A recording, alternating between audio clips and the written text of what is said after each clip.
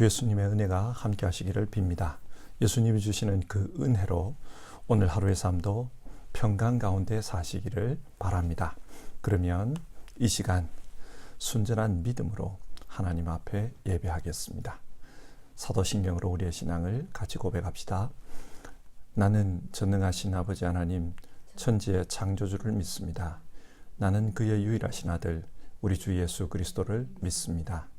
그는 성령으로 잉태되어 동정녀 마리아에게서 나시고 본디오 빌라도에게 고난을 받아 십자가에 못 박혀 죽으시고 장사된 지 사흘 만에 죽은 자 가운데서 다시 살아나셨으며 하늘에 오르시어 전능하신 아버지 하나님 우편에 앉아 계시다가 거기로부터 살아있는 자와 죽은 자를 심판하러 오십니다. 나는 성령을 믿으며 거룩한 공교회와 성도의 교제와 죄를 용서받는 것과 몸의 부활과 영생을 믿습니다. 아멘. 오늘 살펴볼 하나님의 말씀은 창세기 39장부터 41장까지의 말씀입니다. 그리고 이 시간 읽을 말씀은 창세기 41장 37절에서 43절입니다. 41장 37절에서 43절. 바로와 모든 신하들은 이 제안을 좋게 여겼다. 바로가 신하들에게 말하였다. 하나님의 영이 함께하는 사람을 이 사람 말고 어디에서 또 찾을 수 있겠느냐. 바로가 요셉에게 말하였다. 하나님이 너에게 이 모든 것을 알리셨는데 너처럼 명철하고 슬기로운 사람이 어디에 또 있겠느냐. 네가 나의 집을 다스리는 책임자가 되어라. 나의 모든 백성은 너의 명령을 따를 것이다. 내가 너보다 높다는 것은 내가 이 자리에 앉아 있다는 것뿐이다. 바로가 또 요셉에게 말하였다. 내가 너를 온 이집트 땅의 총리로 세운다. 그렇게 말하면서 바로는 손가락에 끼고 있는 옥새 반지를 빼서 요셉의 손가락에 끼우고 고운 모시옷을 입히고 금 목걸이를 목에다 걸어주었다. 그런 다음에 또 자기의 병거에 버금가는 병거에 요셉을 태우니 사람들이 물러나거라 하고 외쳤다. 이렇게 해서 바로는 요셉을 온 이집트 땅의 총리로 세웠다. 아멘. 이 성경 말씀을 통해 하나님께서 우리에게 은혜 주시기를 바랍니다. 우리는 교회에서 하나님의 섭리라는 말을 자주 듣습니다. 그런데 하나님의 섭리가 무엇일까요? 이 말은 참 어려운 말입니다. 그래서 사전에서 찾아보면 하나님의 뜻이 이루어지도록 하나님께서 사랑과 지혜로 이 세상을 이끌어 가시는 하나님의 통치를 가리킨다. 그렇게 말합니다. 여기서 중요한 것은 하나님의 뜻이 이루어지는 것, 하나님께서 역사를 끌어가시는 것입니다. 아무래도 이렇게 개념적으로 섭리를 이해하는 것은 좀 어려운 것 같습니다.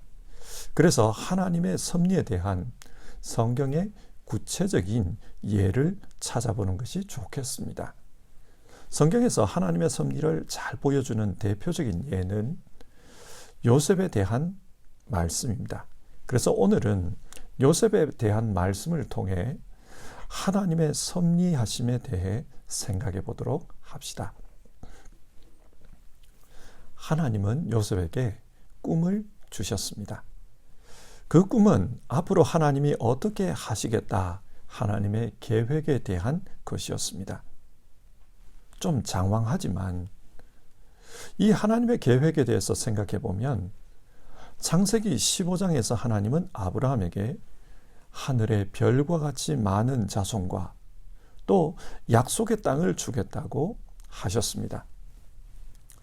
그런데 이 약속은 아브라함 당대에 당장 이루어지는 것이 아니라 오랜 시간이 흐른 후 이루어질 것이라고 했습니다. 그리고 이 약속이 이루어지기까지는 아브라함의 자손들이 다른 나라에서 400년 동안 종살이를 해야만 하고 때가 되면 하나님께서 그들을 약속의 땅으로 데리고 오겠다고 하셨습니다. 자, 생각해 보십시오.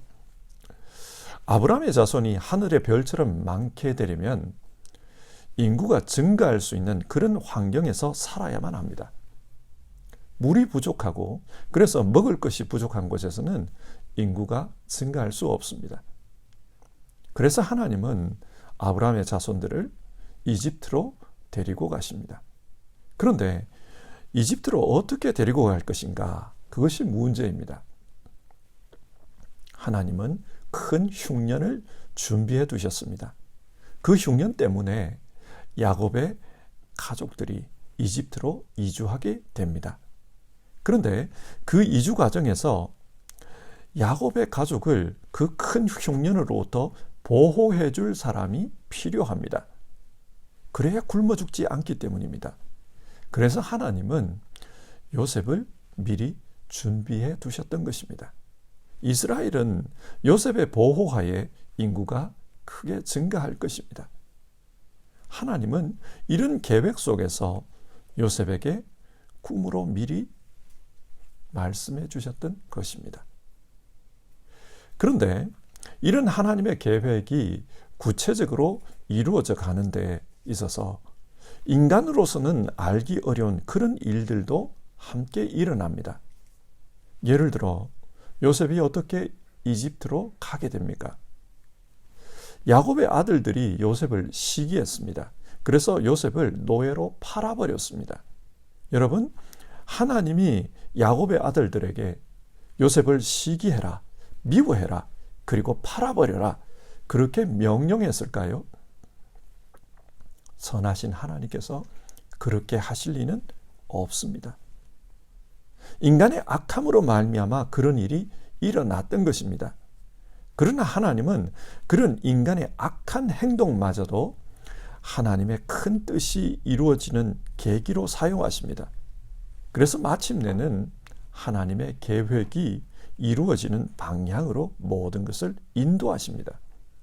이것이 섭리입니다. 그리고 이런 하나님의 섭리는 오늘 읽은 본문에서도 잘 나타나고 있습니다. 먼저 창세기 39장의 말씀입니다. 요셉이 이집트로 끌려갔습니다. 그리고 바로의 경호대장 보디발의 집에 팔려가게 됩니다. 그리고 그 집에 갔을 때 하나님이 함께 하시면서 요셉을 돌보아 주십니다.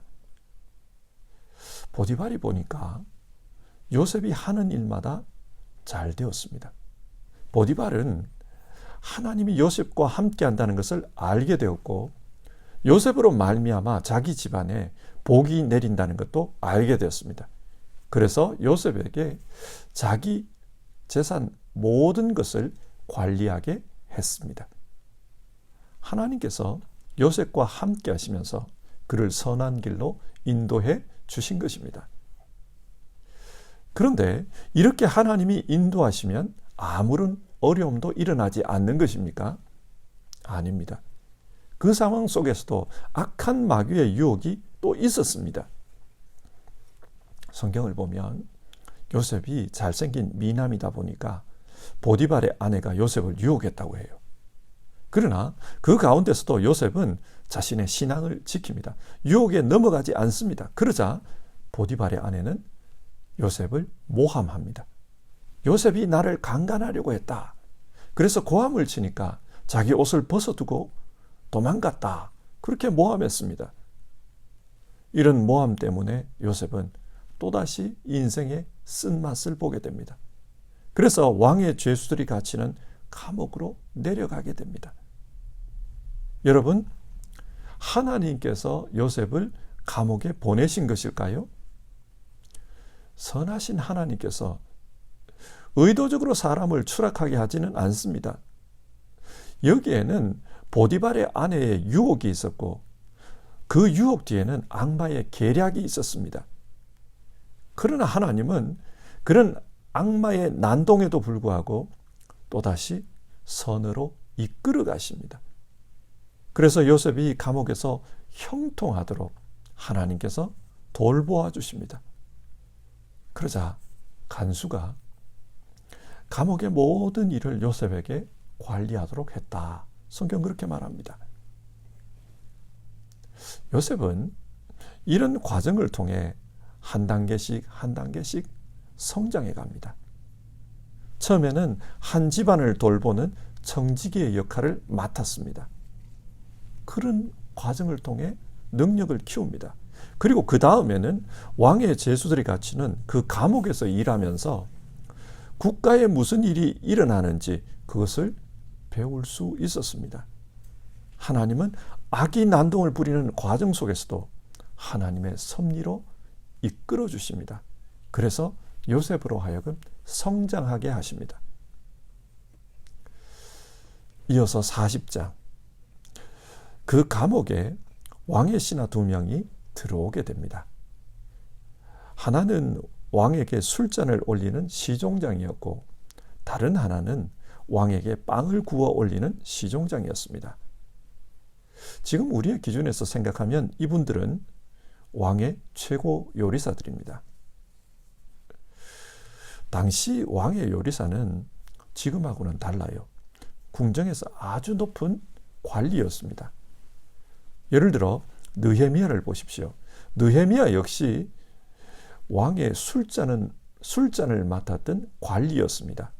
그런데 그런 느헤미야가 나중에 어떻게 됩니까? 유다의 총독이 됩니다. 무슨 말입니까? 왕의 술잔을 맡은 관리가 한 나라를 다스릴 수 있는 총독급이었다는 말입니다. 그러니까 당시 감옥에 들어온 바로의 요리사들 역시 아주 고위급 관리였습니다. 그런데 두 사람이 어느 날 꿈을 꿉니다. 비슷하지만 다른 꿈이었어요. 두 사람은 그 꿈이 무슨 뜻일까 근심했다고 합니다. 지금은 꿈을 심리학에 근거해서 인간의 무의식의 반영이다 그렇게 생각합니다만 요셉 당시에는 하나님의 계시가 전달되는 계시의 통로가 꿈이라고 보았습니다. 그렇기 때문에 이 사람들은 이 꿈을 통해 자신의 미래가 어떻게 될까 그것을 걱정했던 것입니다. 요셉에게는 하나님이 주신 해몽의 은사가 있었습니다. 그래서 요셉은 그 꿈의 내용을 듣고 해석을 해줍니다. 술 맡은 관원은 사흘 후에 복직할 것이고 빵 맡은 관원은 사흘 후에 교수형에 처해질 것이라고 했습니다. 그리고 요셉의 해몽대로 실제 그렇게 되었습니다. 당시 요셉은 술 맡은 관원에게 복직하시거든 나를 기억해 주십시오. 그렇게 부탁했습니다. 감옥에서 나갈 수 있도록 도와달라고 부탁한 것입니다. 그러나 그 관원은 복직 후에 요셉을 잊고 말았다. 성경 그렇게 말합니다. 이 사건을 보면 사람이 살아가는 인간관계에 대해서 다시 한번 생각해 보게 됩니다. 사람이 어려울 때는 옆에 있는 사람에게 매달립니다. 지푸라기라도 잡는 심정으로 그렇게 매달립니다. 그러나 자신의 문제가 해결되면 곧 은혜를 망각해버립니다. 사람은 본질적으로 이기적입니다. 그렇기 때문에 내 문제와 관련해서 다른 사람을 의지하는 것은 어려운 일입니다. 사람은 믿을 수 있는 존재가 아니라 서로 배려하고 사랑하면서 살아야 할 존재입니다. 그 사람을 믿고 의지하면 나중에 실망하는 일이 생깁니다. 요셉이 그랬습니다. 자, 여기서 생각해 봅시다. 요셉은 감옥에 있으면서 언제쯤 그 술 맡은 관원이 사람을 보낼까 기다렸을 것입니다. 그리고 기다려도 사람이 오지 않자 답답했을 것이에요. 그러나 하나님의 입장에서 생각해 보면 하나님은 그 당시 가만히 계셨던 것이 아닙니다. 일하고 계셨습니다. 그래서 요셉으로 하여금 그 두 사람을 만나게 해주신 것입니다. 창세기 41장을 보십시오. 이 만남이 요셉의 인생을 바꾸는 하나의 계기가 되었습니다. 인생의 가장 밑바닥에 떨어진 것 같은 그 상황에서 하나님은 요셉과 함께 하셨습니다. 그래서 하나님의 뜻이 이루어지도록 길을 열어주셨습니다. 하나님은 일하고 계셨습니다. 섭리 가운데 우리의 인생을 끌어가시는 하나님을 믿는다면 우리는 어려운 상황을 만나더라도 하나님께 소망을 두어야 합니다. 때가 되면 하나님께서 길을 열어주실 것입니다. 왜냐하면 하나님은 어려운 그 상황에서도 일하고 계셨기 때문입니다. 41장의 내용을 자세히 살펴봅시다. 그로부터 2년이 지났습니다. 이번에는 바로가 꿈을 꾸었습니다. 꿈은 두 가지였는데 내용은 비슷합니다. 잘생기고 살찐 암소 7마리가 강에서 올라와 풀을 뜯었습니다. 그런데 뒤이어 흉측하게 생긴 암소 7마리가 강에서 올라와 먼저 올라온 소들을 잡아먹었다고 합니다. 두 번째 꿈은 토실토실하고 잘 여문 이삭 7개가 보였습니다. 그런데 열풍에 야위고 마른 이삭 7개가 나타나 그 토실토실한 이삭들을 삼켜버렸습니다. 바로는 이 꿈을 꾸고 고민합니다. 뭔가 중요한 신의 계시가 담긴 것 같은데 그 계시의 내용이 무엇인지를 몰라 고민했던 것입니다. 그래서 이집트 전역의 마술사와 학자들을 불러 이 꿈을 해석해 보라고 명령했습니다. 하지만 어떤 누구도 이 꿈을 해석하지 못했습니다. 그런 상황에서 술 맡은 관원이 과거 자신의 일을 기억합니다. 감옥에 있는 요셉을 생각하게 됩니다. 그래서 바로에게 그 요셉을 추천했던 겁니다. 자, 보십시오. 하나님의 때가 있습니다. 우리를 섭리하시는 하나님은 자신의 때가 될 때까지 우리를 기다리게 하실 수도 있습니다. 기다리는 것은 쉬운 일이 아니에요. 버스 정류장에서 10분 뒤에 오는 버스를 기다리는 것도 힘들 때가 있습니다. 지겨울 수 있습니다. 더욱이 하나님이 언제 일하실지 그 때를 모르는 채 마냥 기다려야 한다면 그 기다림은 정말 힘들 수 있습니다. 그러나 우리가 기억해야 할 것은 이 땅의 역사를 섭리하시는 하나님은 반드시 하나님의 뜻이 이루어지도록 이끌어 가신다는 사실입니다. 감옥에서 2년 동안 요셉은 정말 기다렸을 것입니다. 언제 나를 풀어줄까 기다렸을 것입니다. 그러나 하나님은 바로가 꿈을 꿀 때까지, 기후변화로 풍년과 흉년이 교차할 때까지, 때를 마련하실 때까지 기다리게 하셨습니다. 자, 이런 기다림의 결과 어떤 일이 벌어집니까? 꿈의 내용을 들은 그 요셉은 바로에게 그 꿈을 시원하게 해석해 주었습니다. 그 꿈은 7년 동안 풍년이 있을 것이고 이어서 7년 동안 흉년이 있다는 내용이다. 그렇게 말했습니다. 그런데 그 흉년은 너무 심각해서 앞선 풍년을 잊게 만들 것이라고 했습니다. 그러면서 요셉은 대책을 제안합니다. 명철하고 슬기로운 사람을 책임자로 세워서 7년 풍년 동안 곡식을 잘 모으고 관리해서 7년 흉년이 되면 그 곡식을 풀어 백성들로 하여금 굶어 죽지 않게 하라는 것이었습니다. 왕은 이 해석을 듣고 크게 만족했습니다. 그래서 38절 하나님의 영이 함께하는 사람을 이 사람 말고 어디에서 또 찾을 수 있겠느냐. 바로는 하나님의 영이 요셉과 함께하면서 이 해석을 주셨다. 그렇게 확신합니다. 그래서 이 요셉에게 이집트 총리 자리를 맡깁니다. 그리고 요셉으로 하여금 풍년과 흉년을 관리하게 했습니다. 자, 이 이야기의 처음으로 한번 돌아가 봅시다. 하나님은 요셉에게 꿈을 주셨습니다. 그리고 그 꿈대로 요셉을 만들어 가셨습니다. 물론 중간에 많은 과정이 있었어요. 악의 난동도 있었고 유혹과 시험, 좌절과 추락의 상황도 있었습니다. 역사가, 하나님의 역사가 아닌 마귀의 역사처럼 보이는 그런 일들도 중간에 있었습니다. 그러나 그 모든 과정 속에 하나님이 함께 하셨고 하나님이 이끌어 주셨습니다. 그래서 마침내 모든 것이 하나님의 뜻대로 이루어지게 하셨습니다. 우리가 작은 일 혹은 한순간을 보면 과연 여기에 하나님의 뜻이 있는가, 그런 질문이 들 때가 있습니다. 그러나 전체를 보면 분명히 하나님의 뜻은 이루어지고 있습니다. 이것이 하나님의 섭리입니다. 요셉의 인생은 이 하나님의 섭리가 어떻게 역사하고 있는지 우리에게 그것을 잘 보여주고 있습니다. 오늘 말씀을 우리 삶에 한번 적용해 봅시다. 우리의 인생도 하나님의 섭리 가운데 있습니다. 그렇기 때문에 결국은 하나님의 뜻이 우리의 인생을 통해 이루어질 것입니다. 여러분, 하나님의 뜻이 무엇입니까? 성경을 통해 말씀하시는 궁극적인 하나님의 뜻은 하나님 나라입니다.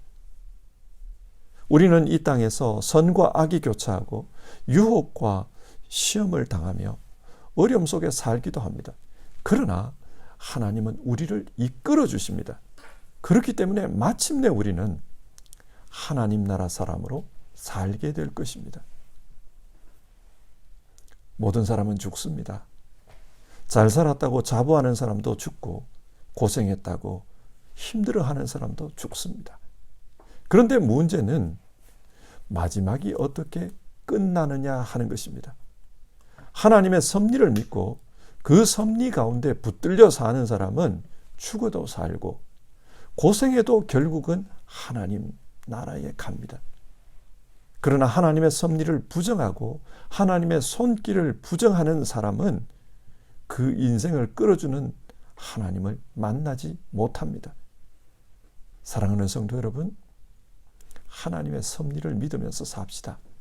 그래서 우리 삶 속에 하나님이 함께 하시면서 보이지 않는 손길로 지금도 우리를 이끌어가고 있다는 것을 믿읍시다. 때로는 기다리게 하고 때로는 바닥까지 떨어지게 하는 것 같지만 그래도 하나님은 일하고 계십니다. 그래서 마침내 하나님의 뜻이 이루어지게 하신다. 우리 그것을 믿읍시다. 그 하나님의 뜻을 믿는 사람에게는 반드시 하나님 나라가 이루어집니다. 하나님께서 우리를 그렇게 섭리하시기 때문입니다. 이 시간 우리 찬송 같이 부르고요, 같이 기도하는 시간 가지겠습니다. 찬송가 382장 너 근심 걱정 말아라 1절과 2절입니다.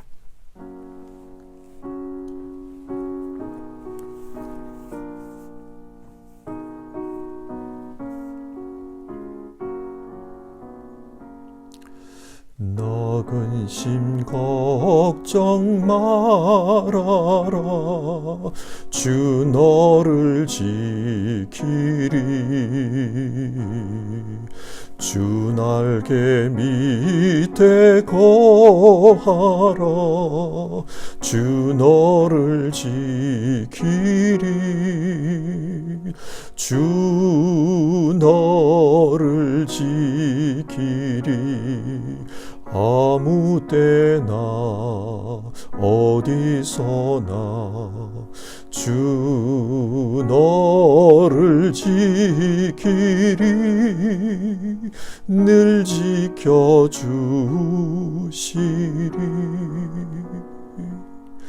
어려워 낙심될 때에 주 너를 지키리 위험한 일을 당할 때 주 너를 지키리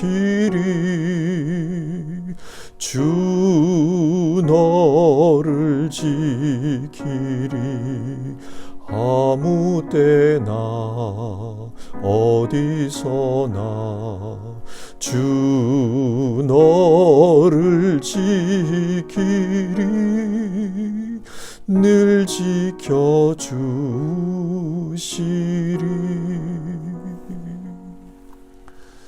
이 시간 우리 같이 기도합시다.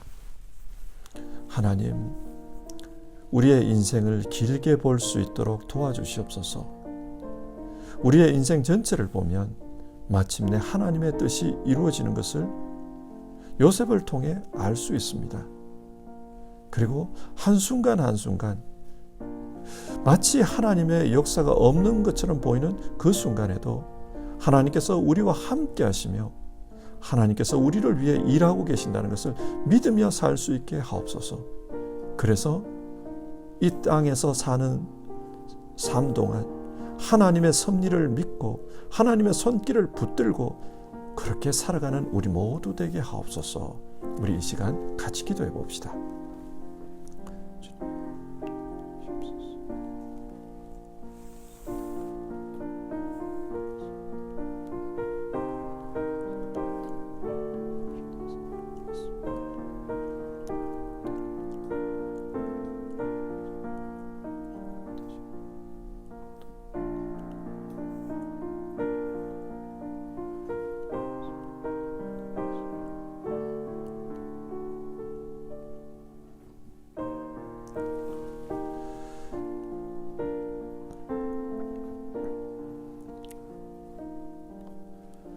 하나님, 오늘 요셉의 이야기를 통해 하나님의 섭리에 대해서 우리가 말씀을 나누었습니다. 요셉의 인생에는 참 많은 어려움이 있었습니다.